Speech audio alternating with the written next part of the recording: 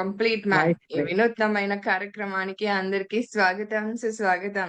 So, మరి ప్రతిరోజు శుభ సాయంకాలపు వేళ సజ్జనులతో ఈ సాంగత్యం చేసుకుంటూ వస్తున్నాం. అది సీనియర్ పిరమిడ్ మాస్టర్స్ యొక్క ఆధ్వర్యంలో. అవును కదూ! సో, అలాగే ప్రతిరోజు వారి ఆధ్వర్యంలో ఎంతెంత విషయ జ్ఞానాన్ని మనం అందుకుంటూ కూడా వస్తున్నామండి. ఎంతో జ్ఞానాన్ని వారు మనకు అందిస్తూ వస్తున్నారు. వారి జీవితంలో మరి వారు ఏం నేర్చుకున్నారు పత్రి గారి నుంచి? ఎలా వాళ్ళ జీవితాన్ని మార్పు తెచ్చుకున్నారు. ఆ మార్పుతో వాళ్ళు ఆగిపోలేదండి. ఆ మార్పును అలాగే కంటిన్యూ చేస్తూ వారు నేర్చుకున్న విషయాల్ని కంటిన్యూ చేస్తూ వారి జీవితాల్ని ఆనందంగా తీర్చిదిద్దుకున్న వారు వీరంతా కూడా. సో, అదే మనం ప్రతిరోజు కూడా ఈ సజ్జన సాంగత్యాన్ని చేసుకుంటూ వస్తున్నాం. సజ్జన సాంగత్యం అంటే సత్య ప్రయాణం చేస్తున్న వాళ్ళు అంటే సత్యం వైపు ప్రయాణం చేస్తున్న వారు అని అర్థం. సో, కాబట్టి ఈ ప్రయాణంలో మనం కూడా 'ద కంప్లీట్ మ్యాన్' అనే వినూత్నమైన కార్యక్రమాన్ని చేపడుతూ వస్తున్నాం. బావుంది కదూ! సో, మరికేమాత్రం ఆలస్యం చేయకుండా మనకి ఈరోజు రాధా మేడం గారు సిద్ధంగా ఉన్నారు. వారిని వెల్కమ్ చేసేసుకుందాం మన ఈ కార్యక్రమానికి. మేడం 'ద కంప్లీట్ మ్యాన్' అనే ఈ కార్యక్రమానికి మీకు స్వాగతం. Thank you. Thank you thank you madam. మా. Over to you. Thank you. Start చేయమంటారా? చేయండి మా. గురు బ్రహ్మ, గురు విష్ణు, గురుదేవో మహేశ్వర, గురు సాక్షాత్ పరబ్రహ్మ, తస్మై శ్రీ గురవే నమః. ముందుగా మనందరి గురువు గారైన సుభాష్ పత్రిజీ గురువు గారికి మరలా గురుమాత స్వర్ణమాల అమ్మగారికి నా అనంత ధన్యవాదములు, కృతజ్ఞతలు. మరియు నాకు జన్మనిచ్చిన తల్లిదండ్రులకు, నేను ఈ ధ్యాన మార్గములో ముందుకు సాగడానికి సహకరిస్తున్న మా కుటుంబ సభ్యులందరికీ, తర్వాత ఈ ది కంప్లీట్ మ్యాన్ అనే మీ వేదికలో నాకు అవకాశం ఇచ్చిన మీ అందరికీ నా ధన్యవాదములు. ఈరోజు నేను అనుకోలేదు ఈ ఈ వేదిక ఉందని నన్ను పిలుస్తారని అనుకోకుండా దొరికింది అవకాశము. మీ అందరికీ ఈ వేదికలో సేవ చేస్తున్న మీ అందరికీ నా కృతజ్ఞతలు. నా పేరు రాధ. మాది చిక్బళాపూర్, కర్ణాటక స్టేట్ అండి. నేను 15 సంవత్సరాల నుంచి ధ్యానం చేస్తా ఉన్నాను. నేను ఈ ధ్యాన మార్గంలోకి రావాలంటే ఒకటే ఒక కారణము. నేను నా వయసు 35 సంవత్సరాలు ఉన్నప్పుడు నేను భగవద్గీత క్లాస్కి వెళ్ళేదాన్ని. నేర్చుకోవాలనే ఉత్సాహంతో వెళ్ళాను. రోజుకే ఒక శ్లోకము చెప్పేవారు. ఆ శ్లోకానికి 1 గంట అర్థం చెప్పేవారు. ఆ గంట అర్థంలో చిన్న చిన్న ఉపకథలు చెప్పుకొని చాలా బాగా చెప్పేవారన్నమాట. వినడానికి ఎంత బాగుంది భగవద్గీత అని అనుకునేదాన్ని. వచ్చి మా పిల్లలకు కూడా ఆ కథలు చెప్పి కొద్దిగా ఒక శ్లోకం కూడా నేర్పించేదాన్ని. నేను కూడాను 18 అధ్యాయాలు నేను కంఠపాఠం చేసి దాంట్లో ప్రైజెస్ తీసుకొని తాత్కాలిక ఆనందాన్ని పొందాను అప్పుడు. కానీ భగవద్గీత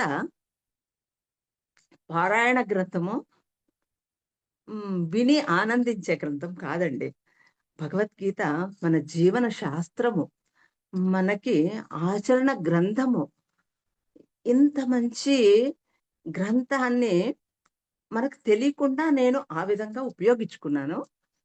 విన్నాను కానీ నేను ఆచరణ చేయలేదు ఎక్కువగా. విన్నది.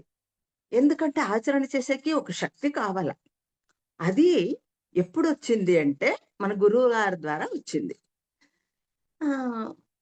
అది దాంట్లో ఆ పుస్తకంలో అంతా నేర్చుకున్నాక నాకు ఒకటే ఒక పాయింట్ నా తలలో పోయింది. ఏమంటే ధ్యానం ద్వారా జ్ఞానము, జ్ఞానం ద్వారా ముక్తి లభిస్తుంది అని. ముక్తి అంటే మోక్షము. విడుదల కదా! ఆహ్, నిర్వాణము. దానికి అన్ని పేర్లున్నాయి. ఈ ముక్తి లభిస్తుంది అంటే జ్ఞానం రావాల. జ్ఞానం రావాలంటే ధ్యానం చేయాల. ధ్యానం ఎట్లా చేయాలా? నాకు అది మాత్రం చాలా ఇష్టమైపోయింది. ముక్తి. ముక్తి అంటే అదొక వస్తువా? పదార్థమా? అదొక పదార్థమా? లేక అదొక ప్లేసా? లేక అది జ్ఞానమా? నాకేం తెలీదు. ముక్తి కావాలా అనేది మాత్రమే నాకు అర్థమయ్యింది. కావాలా అనే కోరిక పుట్టింది. కోరిక ఎందుకో తెలీదు. హ్మ్. మరి ఎలా? ధ్యానం ఎలా నేర్చుకోవాలా? నేను ఆరో అధ్యాయంలో చాలా బాగా వివరించినారు భగవద్గీతలో కృష్ణ పరమాత్ముడు. కానీ వాళ్ళు గూడా అన్నీ చెప్పినారు. అప్పుడు నాకేమి చెయ్యాలా అనిపియలే. ధ్యానం కావాలా అనిపియలే.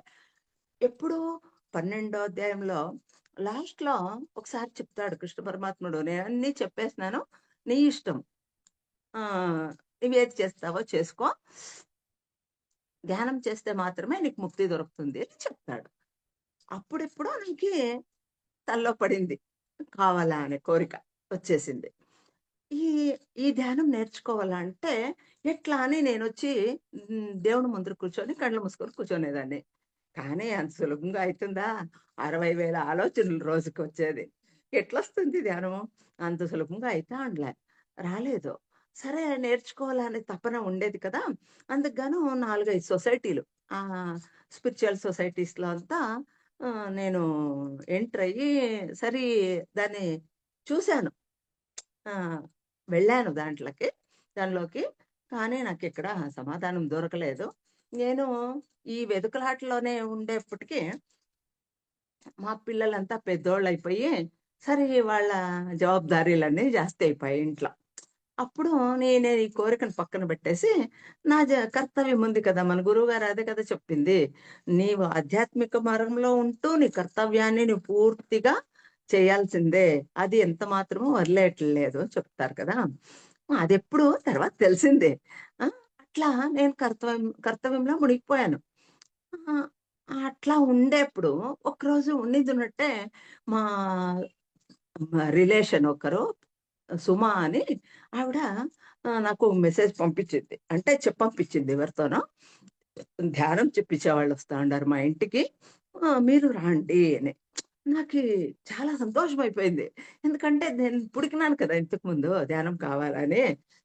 ఎట్లయింది అంటే నాకి కావాల్సిన తీగ పుడుకుతా ఉంటే, వెతుకుతా ఉంటే నా కాళ్ళకే చుట్టుకున్నట్టయింది నాకి. ఆ! ఇంత మంచి అవకాశం దొరికింది కదా! అని అప్పుడు ఇంట్లో కూడాను మా అమ్మాయి డెలివరీ అయింది. చిన్న పాప. వాళ్ళంతా నాకి కష్టముగా ఉండే. అయినా నేను పోయినాను. వాళ్ళ ఇంటికి పోయి అక్కడ గౌరీబిదనూరు నుంచి రాజలక్ష్మి మేడం అని ఆవిడొచ్చి ధ్యానం ఎలా చేయాలా? ఎంతసేపు చేయాలా? ధ్యానం వల్ల లాభాలేమి అన్నీ వివరించిపోయారు. సరే ఇంటికొచ్చి నేను ఇంట్లో 5 నిమిషాల నుంచి పెంచుకోని పోతి ధ్యానం చేయడం. అట్లా రోజుకి 3 గంటలు చేసేదాన్ని. ఒకసారి 24 గంటలు ధ్యానమయింది మా ఊర్లో. అప్పుడు 24 గంటలు కూడా కూర్చొనున్నాను. ఆ 24 గంటల్లో నేను ఒక లోట నీళ్లు కూడా తాగలేదు. పైకి కూడా లేయలేదు. వాష్‌రూమ్ కూడా వెళ్ళలేదు. నాకే ఆశ్చర్యము. కానీ నాకేం వినిపిచ్చదు, కనిపిచ్చదు. అంతసేపు కూర్చుంటే కూడాను. ఆహ్, స నాకీ ఆలోచన రహిత స్థితిలో ఉండేదాన్ని. సరే ఇట్లా ధ్యానం నేర్చుకున్నాను. ఈ ధ్యానం నేర్చుకుందెట్లా? మన గురువుగారి ద్వారా కదా! అట్లే ఈ ధ్యానాన్ని నేర్చుకోవాలా, ఈ ధ్యానము ఇంకా, ఇంకా అందరికి మనం ఇంకా ఈ ధ్యాన మార్గంలో ముందరకు పోవాలంటే ఏం కావాలంటే ఫస్టు ఆహారము. ఆహారము హ్మ్. మన అంతకుముందు అదే ఈ ధ్యాన మార్గంలో నేను ధ్యానం చేసేప్పుడు మన గురువుగారు అప్పుడప్పుడు అంటే నేను నేర్చుకున్నాక ఒక 2 సంవత్సరాలకు మా ఊరికొచ్చారు. అప్పుడు వాళ్ళని ఫస్ట్ టైమ్ చూసింది. నేను అనుకునేదాన్ని ఏమి గురువు అంటే ఇట్లా ఉండారు కదా! అంటే జీన్స్ ప్యాంట్ ఏసుకొని వాళ్ళు బాగా ట్రిమ్‌గా ఉండేవాళ్ళు. ఇట్లుండారే అనుకునేదాన్ని. తర్వాత అయినా నాకు ధ్యానం కదా కావాలా! సర్లే నేను ధ్యానం చేసుకుందాము అనుకోని ధ్యానం చేసేదాన్ని. తర్వాత అప్పుడప్పుడు వచ్చేవారు. మా ఊరికొచ్చేవారు. వాళ్ళ నుంచి ఒక్కోసారి ఒక్కోటి చాలా చాలా నేర్చుకున్నాను. నేను కొన్ని కొన్ని మాత్రము చెప్పగలను. చాలా మార్పులొచ్చేసినాయి నాలో. ఆ! రె వ వ ఏడాదికి 2 సార్లు ధ్యాన మహాచక్రానికి వెళ్ళేదాన్ని.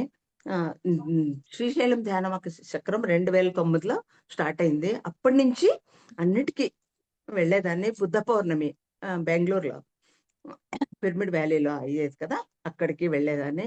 అప్పుడప్పుడు మా ఊరికొచ్చేవారు గురువుగారు. అట్లా గురువుగారిని కలుస్తూనే ఉంటావాడిని. ఉంటే వాళ్ళ నుంచి నేర్చుకోండే దాంట్లో నేను కొన్ని పాయింట్లు చెప్తాను. ఫస్ట్ ఏం కావాలా ఈ ధ్యాన మార్గంలో ముందరకు పోవాలంటే ఆహారము శ్రేష్టం.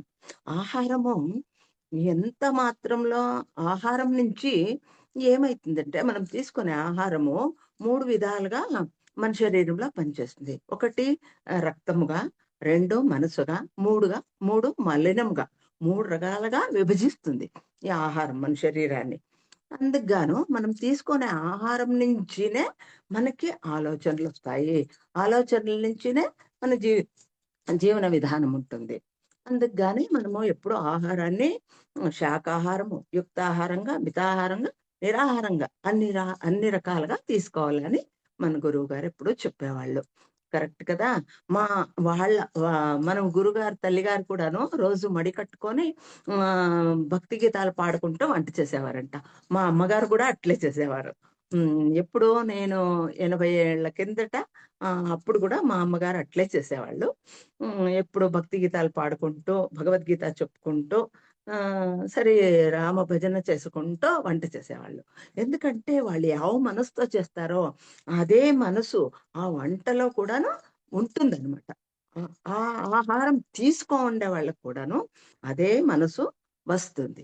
అందుకు గాను వంట చేసేవాళ్ళు, వంట చేసే విధానము, వంట హ్మ్. వండి వడ్డిచ్చేవాళ్ళు, వన్ ఆ ఆహారాన్ని తీసుకునేవాళ్ళు. అందరికి కూడాను ఇ ఇదే వర్తిస్తుంది. ఎట్లా? వాళ్ళు మనసుతో చేస్తారో అదే మనసులో అందరికిను వస్తుంది. అందుకే అయినంత సాత్వికాహారంతో మితాహారంగా ఉండాలని వారానికి ఒకరోజు మితాహారం కూడా నిరాహారం చేయాలా. మన శరీరము ఆరోగ్యంగా ఉంటుంది. అన్నిటికీ మన గురువుగారు ఏం చెప్పారంటే లంకణం పరమౌషధం అని చెప్పేవారు. అందుకు గాని అప్పటినుంచి మా అమ్మగారు అలా వంట చేసినాను నాకేం తెలీదు. నేను వంట చేసేప్పుడు కూడాను భగవద్గీత చెప్పుకొనే వంట చేస్తా ఉంటే ఇప్పుడు కూడాను రోజు నేను మొబైల్‌లో భగవద్గీత వేసుకొని వింటూ వంటింట్లో ఉంటాను. వంట చేస్తూ ఉంటాను. అట్లా అలవాటయిపోయింది. అదేమిటికి ఎలా అనేది అప్పటికి తెలీదు. మన గురువుగారు ఎన్ని రకాలుగా విడదీసి మన మనసు దాంట్లోనే ఆహారం నుంచి మనసు, మనసు నుంచినే ఆలోచనలు, ఆలోచన నుంచి వచ్చేదే ఆహ్, కర్మలు. ఆ కర్మల నుంచి మనం చేసే పనులు. ఆ పనుల నుంచి వచ్చేదే ఫలితాలు. ఆ ఫలితాల నుంచి వచ్చేది మన జీవన విధానము. అందుకుగానే మన ఆహారం అనేది చాలా ప్రాముఖ్యమైనది. అందుకే ఈ ఆహారానికి మనము ఎంత విలువ ఇచ్చి ఆహారాన్ని ఎంత శ్రద్ధాభక్తిగా చేసుకొని తినాలా. మనం ఇప్పుడేం చేస్తా ఉన్నామంటే మొబైల్ చూసుకొని వంట చేస్తాము. టీవీ చూసుకొని వంట చేస్తాము. పనికిరాని మాటలు మాట్లాడుకొని వంట చేస్తాము. అవన్నీ చేసుకొని చేసి ఫ్రిడ్జ్‌లో పెట్టి వేడి చేసుకొని తింటాము. అది ఎంత మాత్రమో తప్పు. ఓవెన్‌లో వాడనే వద్దండి ఓవెను అని మన గురుగారు చెప్తారు. ఎంతసేపున్నా మనం వేడి వేడిగా, రుచిగా అప్పటికప్పుడు శుచిగా, శుభ్రంగా చేసుకొని వంట వండుకొని మనము ఆహారాన్ని తీసుకోవాలా అనేది గురువుగారి నుంచి నేను చాలా నేర్చుకున్నాను. హ్మ్. ఆ తర్వాత no complaints. No comment, no arguments, no judgement. దాని విలువ ఎప్పుడు తెలిసిందంటే మన గురువుగారు చెప్పినాకే తెలుసు. అంతవరకు తెలీదు. ఎక్కువగా వాళ్ళ గురించి, వీళ్ళ గురించి మాట్లాడేదాన్ని. తర్వాత ఆర్గ్యుమెంట్ జాస్తి. వాళ్ళేమన్నా మాట్లాడేప్పుడు వాళ్ళేదో ఒక సబ్జెక్ట్ చెప్తే, నా సబ్జెక్ట్ పైన నేను ఆర్గ్యూ జాస్తి చేసేదాన్ని. తర్వాత జడ్జ్‌మెంట్. ఆ జడ్జ్‌మెంట్ కూడా అవసరం ఉందో లేదో, అది ఆ విషయం మనదో కాదో అది కూడా తెలియకుండా అందరితోనూ జడ్జ్ చేసేదాన్ని. ఈ 3 విషయాలు నేను చాలా చాలా గమనించుకొని నా తప్పుని నేను సరిదిద్దుకుంటా పోతా ఉన్నాను.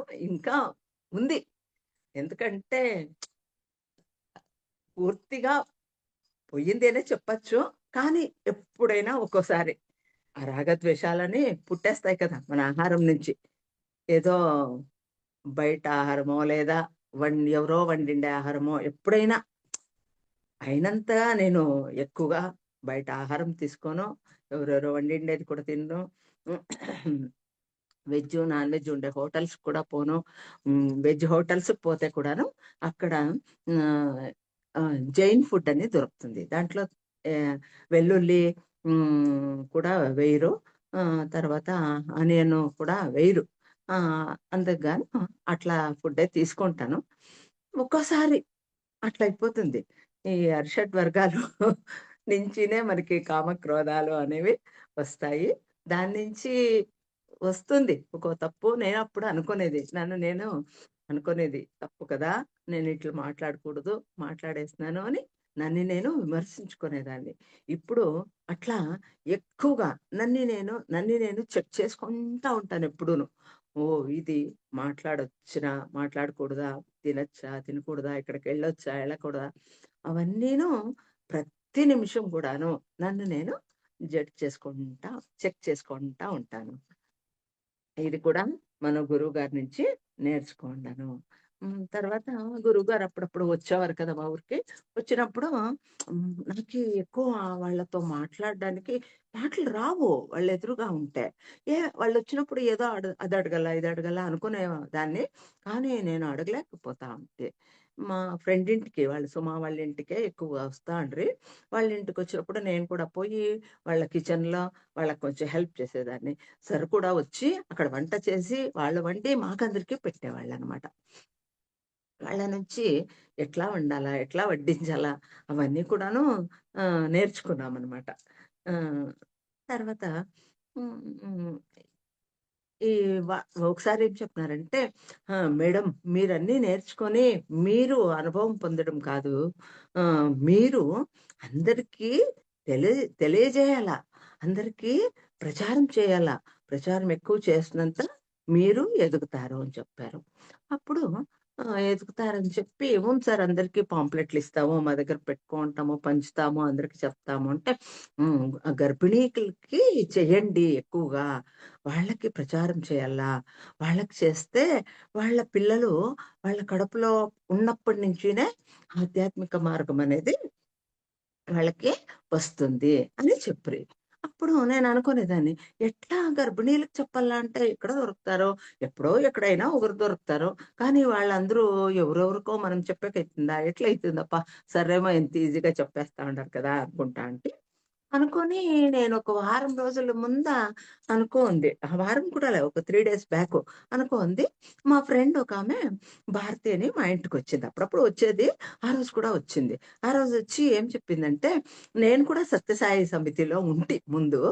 భజనలంతా చేసేదాన్ని. భజనలకు పోయేదాన్ని. ఈ ధ్యాన మార్గానికొచ్చినాక వద్దనిపిచ్చింది. పోలేదు. ఆమె ఇప్పుడు పోతా ఉంటుంది. ఆమె వచ్చింది. ఆమె ఏం చెప్పిందంటే అక్కడ మన ఊర్లో మంజునాథ డాక్టర్ అని స్కానింగ్ సెంటర్ డాక్టర్ ఉన్నారు.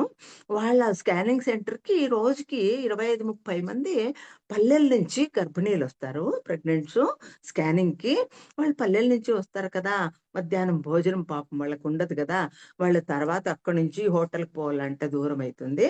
అందుకు గాను మీ సత్యసాయి సేవా సమితి నుంచి రోజుకి ఇద్దరొచ్చి మా ఇంట్లో వంట అంటే ఒక పలావో లేదా ఒక పొంగల్లో, లేక పులిహోరనో ఏదైనా ఒక వంట చేసి వాళ్ళందరికీ వడ్డిస్తామంటే, మీరెట్లున్నా అందరికి సేవాకి పోతారు కదా! మా ఇంటికొస్తామంటే నేనన్నీ మీకు అరేంజ్ చేస్తాను అని చెప్పారంట. డాక్టరొచ్చి. మంజునాథ డాక్టర్. చూడండి ఎలాంటి డాక్టరంటే, ఈ కాలంలో ఎంతసేపున్నా డాక్టర్స్ ఫీజులు ఎక్కువ చేసుకునే పోతారు కానీ, సేవ చేయాలనే వాళ్ళు ఎంత తక్కువగా ఉంటారు కదా! ఇంత పెద్దూర్లో వాళ్ళు నాకు కనిపించింది అట్లా అని. డాక్టరంటే. అని నాకు ఫ్రెండ్ చెప్పింది. రేపటి నుంచి మేము వెళ్తాన్నాము అని. అప్పుడు నాకు టక్కని ఆలోచనొచ్చేసి, భారతి నేను కూడా వస్తాను మీతో. నేను కూడా చేస్తాను. అది చేసేసి డాక్టర్ పర్మిషన్ తీసుకొని నేనందరికీ ధ్యానం చెప్పిస్తాను అంటి. అయితే రా పర్వాలేదు. డాక్టర్ ఒప్పుకుంటారా అంటే, ఓహ్! ఒప్పుకుంటారు రా అనింది. అప్పుడు నేను కూడా పోయేదాన్నండి. వారానికి ఒక రోజు. ఒకరోజు పోయి అక్కడ ఒక 25, 30 మంది ఉంటారు. వాళ్ళందరికీ వంట చేసి అదే ఫుడ్ ఏమైనా ప్రిపేర్ చేసి వాళ్ళందరికీ వడ్డించి, వాళ్ళందరూ తిన్నాక వాళ్ళని కూర్చోపెట్టి వాళ్ళకి ఏమి ధ్యానం అంటే ఏమి అని చిన్న చిన్న బుక్స్ ప్రింట్ చేపిస్తే నేను బుక్స్ తీసుకొని పోయి అందరికీ ఇచ్చి ధ్యానం చేపిస్తా అంటి. ఒక 10 మినిట్స్ అంతే. ఎక్కువ చేపిచ్చాక ఏమైతుంది అంటే వాళ్ళకి డాక్టర్ పిలుస్తారేమో, అక్కడ లోపలికి పోలేమో అనే గమనం అక్కడ ఉంటుంది కదా! ఎట్లా చేయాలనే విధానం తెలియని మాత్రం చేపిస్తా అంటి. అట్లా సుమారు చాలా సార్లే అంటే హ్మ్. రె రె 3 సంవత్సరాలే పోయినాను వారానికోసారి. తర్వాత కోవిడొచ్చేసా. కోవిడొచ్చినాక సరే ఇంట్లో వాళ్ళకి కూడా ఇష్టం ఉండదు గదా! అక్కడ స్కానింగ్ సెంటర్ కూడా కొన్ని రోజులు బంద్ చేసేసిరి. అందుకని నేనప్పుడు నిలిచిపోతి. అప్పటినుంచి నేను తిరిగి పోలేదు. సరే చెప్తి నేనిట్లా చేస్తి అంటే, "చాలా మంచి పని చేసినారు మేడం" అన్నారు. హ్మ్. తర్వాత ధ్యాన ప్రచారము పాంప్లెట్స్ అన్నీ పెట్టుకొని ఎప్పుడు హ్మ్. హ్మ్. ఏ పర్స్ ఉంటే ఆ పర్స్‌లో ఉంటాయి నావి పాంప్లెట్స్. ఎవరు దొరికితే వాళ్ళు బస్‌లో కానీ, ట్రైన్‌లో కానీ, ఫ్లైట్‌లో కానీ ఎక్కడ పోతే అక్కడ ఎవరుంటే పక్కల వాళ్ళకి చెప్పి ఇవ్వడము నాకి చాలా అభ్యాసమైంది. వేరే దగ్గరలకు కూడా పోతా ఉంటాము. పోయి అన్ని దగ్గర ప్రచారం చేసినాము. సార్ ఏం చెప్పినారంటే, అన్నిటికన్నా ఉత్తమమైండేది అంటే జ్ఞాన ప్రచారానికి కూడా మీరిండేది అంటే సేవ. సేవ అన్నారు. సేవ అంటే నేను అంతకు ముందే సేవకి తిరుపతికెళ్ళాను. తిరుపతిలో సేవ అంటే టెంపుల్‌లో వెళ్ళండి, వెళ్ళండి అని క్యూ పంపడము, లడ్డు ప్యాకింగు, స్కానింగు అక్కడ బ్యాగ్ స్కానింగు అట్లవి రోజుకొకటి ఒక వారం రోజులు వాళ్ళు ఏం డ్యూటీ ఇస్తే డ్యూటీ చేయడము. అట్లా అక్కడ చేశాను. అదయినాక హుండీ కౌంటింగ్. పెద్ద పెద్ద టెంపుల్స్‌లో షిరిడీలో, ఇక్కడ ఘాటీ సుబ్రహ్మణ్యంలో, అట్లా బెంగుళూరు చాలా టెంపుల్స్‌లో అంతాను హుండీ కౌంటింగ్‌కి పిలిచేవాళ్ళు. పోయి అక్కడ మార్నింగ్ పోయి హుండీ కౌంటింగ్ చేసి వాళ్ళకు అంత ఎంతయింది అని ఒప్పించేసి వచ్చేది. ఆ సర్వీస్ చేస్తి. అదయినాక పుట్టపర్తి మందిరంలో వైట్‌ఫీల్డ్ స్వామి మందిరంలో సర్వీస్ చెప్తున్నారు. అక్కడ వాళ్ళేం చెప్తే అది. అందరిని క్యూలో పెట్టడము, సైలెంట్‌గా ఉంచడము, తర్వాత అక్కడంతా ఊడ్చి శుభ్రం చేయడము, పూజా సామాగ్రి అంతా కడగడము, అట్లా వాళ్ళేం చెప్తే అవన్నీ అక్కడ చేసినాను. అదైనాక హ్మ్. మా ఊరు దగ్గర హాస్పిటల్ కొత్తగా అయింది. అంటే ఒక 3, 3 ఇయర్స్ అయింది. ముద్దేనహళ్ళి అని ఆహ్, సర్వ స సరం విశ్వేశ్వరయ్య ఇంజినీర్ అందరికీ తెలుసు కదా! వాళ్ళ బర్త్ ప్లేస్ అనమాట. అక్కడ ఒక పెద్ద హాస్పిటలు. యావది సత్యసాయి సేవ వాళ్ళది. సూపర్ స్పెషాలిటీ హాస్పిటల్ అయింది. ఆ హాస్పిటల్‌లో సర్వీస్‌కి పోయేదాన్ని. మార్నింగ్ పోయి ఈవినింగ్ వరకు సర్వీసు. వాళ్ళేం చెప్తే అవన్నీ సర్వీస్ చేసి వస్తూ ఉంటి. అదైనాక సార్ ఒకసారి ఏం చెప్తున్నారంటే, అన్ని సేవల కన్నా ముఖ్యమైనది అంటే, ధ్యానులకు సేవ చేయడం మేడం. ధ్యానులకు సేవ చేయాలా అంటే, ఇప్పుడు ఆ సేవలన్నిటికి డబ్బులిస్తే ఎవరో దొరుకుతారు. ఇది అట్లా కాదు కదా! జ్ఞానాన్ని పంచే ధ్యానులకు సేవ చేయడం అంటే, ఉత్కృష్టమైన సేవ అని చెప్పారు సార్. అప్పటినుంచి నేను మన పిరమిడ్ సొసైటీలో సేవ. లాస్ట్ ఇయరు కడతాల్లో 11 రోజులు సేవ చేసొచ్చేసాను. 11 రోజులు పూర్తిగా ఉన్నాను. ఇక్కడ బుద్ధ పౌర్ణమికి మ్యూజిక్ ఫెస్ట్‌కి ఏడాదికి 2 సార్లు పోయి 5 రోజులు, 3 రోజులు వాళ్ళు ఎన్ని రోజులు చెప్తే అన్ని రోజులు సర్వీస్ చేసి వస్తా ఉంటాను. నాకు ఏమనిపించింది అంటే, ఓహ్! ఈ సేవలు కూడాను ఒకటైనాక ఒకటి నన్ను ముందుకు ఎంత బాగా తీసుకెళ్ళిందంటే నాకు చాలా ఆశ్చర్యమైతుంది. ఎందుకంటే ఆ సేవలన్నిటికన్నా ఇది ఉత్కృష్టమైన సేవ. ఈ సేవ దొరికినాక ఇప్పుడు అవన్నీ వద్దనిపిస్తుంది. అదేమైనా పిలిస్తే లేదప్పా నేను రాలేదు అంటాను. అట్లా వద్దనిపిస్తుంది. ఎందుకంటే నేను ఎదిగిన దానికే కదా నాకు ఆ సేవా భాగ్యం దొరికింది అని నాకనిపిస్తుంది. ఇప్పుడు నాకు చాలా సంతోషంగా ఉంటుంది. ఆ సేవ మొన్న కూడా బుద్ధ పౌర్ణమికి పోయి వారం రోజులు సేవ చేసి వచ్చేసాను. అట్లా ఈ సేవ అనేది చాలా, చాలా మనతో అత్యున్నత స్థానానికి తీసుకెళ్తుంది అని మాత్రం నేను చెప్పగలను. ఎందుకంటే నేను ముందు ధ్యానానికి ముందు ఉన్న పరిస్థితుల్లో నా పరివర్తన అనేది ఎంతగా ఎదిగింది అంటే ఇప్పటికే హ్మ్. చాలా ఉన్నత స్థితికి చేరుకున్నాననే చెప్తాను. ఈ ఇది ఎట్లా వచ్చింది అంటే మన సాధన, ఆధ్యాత్మిక సాధన. ఈ ధ్యాన సాధనలో మనం ముందుకెళ్ళినంత మన పరివర్తన కూడాను ముందుకెళ్తుంది. ఇవన్నీ నేర్చుకుంది మన గురువుగారి నుంచినే. ఒక్కోసారి ఒక్కోటి, ఒక్కోసారి ఒక్కోటి. ధ్యాన సాధన నుంచి ఒక్కొక్క మెట్టే ఎక్కి పైకొచ్చినాను. ఈ సేవా భాగ్యం అనేది చాలా చాలా హ్మ్. ఉత్కృష్టమైన సేవ అనే చెప్పచ్చు. ఈ సేవ నుంచి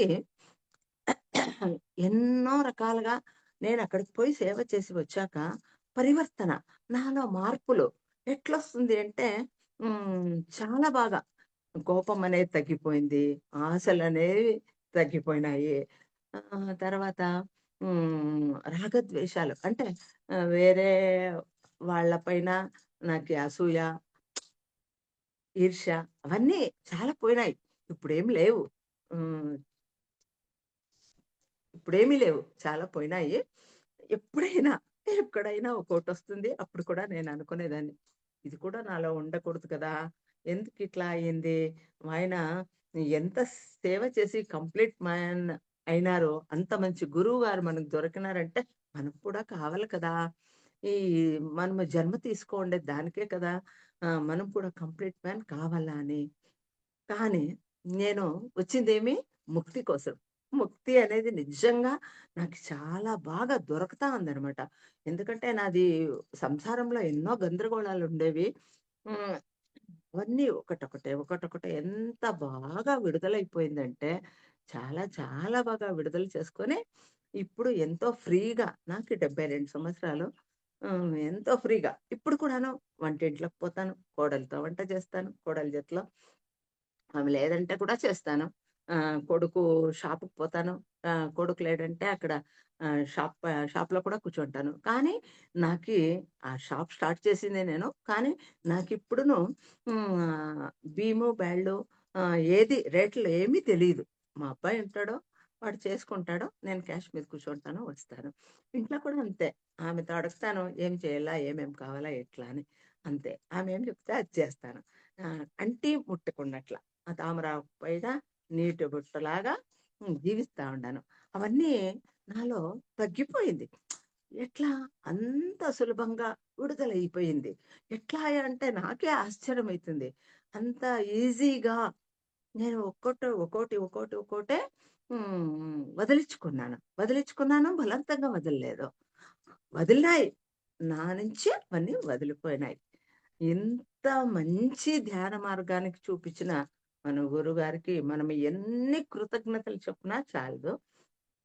ఎంత బాగుందంటే ఈ లైఫు ఆహ్, చెప్పడానికి మాటలు లేవు. మాటలు లేవు. ఇంత మంచి నాకు అవకాశం ఇచ్చిన ఈ కంప్లీట్ మ్యాన్ వేదికకు మీ అందరి సహకారానికి నా అనంతనంత కృతజ్ఞతలు చెప్తూ నేను విరమించుకుంటాను madam. Yes. Thank you. Thank you. Thank you మా. Thank you so much. First of all అడగగానే ఒప్పుకున్నందుకు థాంక్ యూ. అండ్ అలాగే మీరు మీరు అవకాశం చెప్పారు ఇచ్చిన కదా! దానికి మీకు నేను థాంక్స్ చెప్పాల. ఎందుకంటే నేను నేర్చుకోండేది, నేను పొందిండేది మన గురువు గారి నుంచి చెప్పుకునే భాగ్యం ఇచ్చినారు కదా మీరు. మీకు నా అవునమ్మా. ధన్యవాదాలు. యెస్. Thank you. అండ్ మీరన్నారు కదా! ఫస్ట్ భగవద్గీత నుంచి నేను నేర్చుకుంటూ, వచ్చింది. చదువుకుంటూ అప్పుడు ఊరికే చదివేవాళ్ళం కానీ పూర్తిగా మనకేంటనేది అర్థం అయ్యేది కాదు. చదివితే మంచిది. శ్రీకృష్ణ హ్మ్. భగవానుడు చెప్పాడు చదివితే మంచిది. శ్లోకాలు నేర్చుకుంటే మంచిదన్న అంతే. ఉద్దేశంతోనే చదివేవాళ్ళం ఆ బుక్కు. అవును. బట్ అవును. మళ్ళీ బద్రి గారొచ్చి దాన్ని ఎక్స్‌ప్లెయిన్ చేసి చెప్తే తప్ప మనకర్థం గాలేదు నిజంగా అదే. మీరన్నట్లు. అండ్ వంట. మనం ఎలాంటి ఆహారం తింటే అలాంటి ఆలోచనలే కలుగుతాయని. అండ్ మీరు వస్తుంది. ఇంకొకటి ఒక చక్కటి మాట, ఒక గొప్ప మాట చెప్పారు. ఏంటంటే, ఈ ధ్యాన మార్గంలోకొచ్చాక నేను బుద్ధ భగవానుల వారు అంటారు కదా! నేను నేర్చుకున్నవి పొందిన వాటికంటే పోగొట్టుకున్నవే ఎక్కువ అని చెప్పేసి. నాలో కోపం, అవును. నాలో ఈర్ష్య, నాలో అవును. అసూయ, నాలో కరెక్ట్. ఈ భావాలన్నీ పోగొట్టుకునేవే ఎక్కువ అని అలా మీరు గూడా జెప్పారు. అవును. యెస్. ఆ! అంతే కదా! మనం పోగొట్టుకోవడమే ఎక్కువుంటుంది. అంటే ఇలాంటివన్నీ హ్మ్. పోగొట్టుకోవటమే ఎక్కువుంటుంది. అవును. ఇవన్నీ అవునవును. పోగొట్టుకోవడానికే వచ్చాం నిజంగా అద్ చెప్పాలంటే. ఆ! పోగొట్టుకున్న దానికే ఈరోజు మనం ఇంత హ్యాపీగా ఉండగలుగుతాను. కరెక్ట్. హ్మ్. నిజంగా. యెస్. సూపర్. హ్మ్. థాంక్ యూ సో మచ్ అమ్మా. So friends thank you. విన్నారు, వీక్షించారు కదూ! సో హ్మ్. మేడం గారు మరి ఈ ధ్యాన మార్గంలోకొచ్చాక ఈ కంప్లీట్ మ్యాన్ దగ్గర వారు చూసి ఏం నేర్చుకున్నారు? ఒక చక్కటి మాట ఏంటంటే, ఇవన్నీ పోగొట్టేసుకున్నాను. ఫ్రెండ్స్ ఇవన్నీ ఓపెన్‌గా చెప్పటం కూడా చాలా ఇంపార్టెంట్. ఇది కూడా నేర్పించారు గురువుగారు. ఊరికే కాదు అవును. కంప్లీట్ మ్యాన్ అయినదది ఆయన. సో ఇవన్నీ నేర్పించారు. ఆయన పాటించారు. అందుకే మేము చూసి నేర్చుకోగలిగాము అని ఇంత చక్కగా మనకు అవును. వివరించి చెప్పారు మేడం గారు.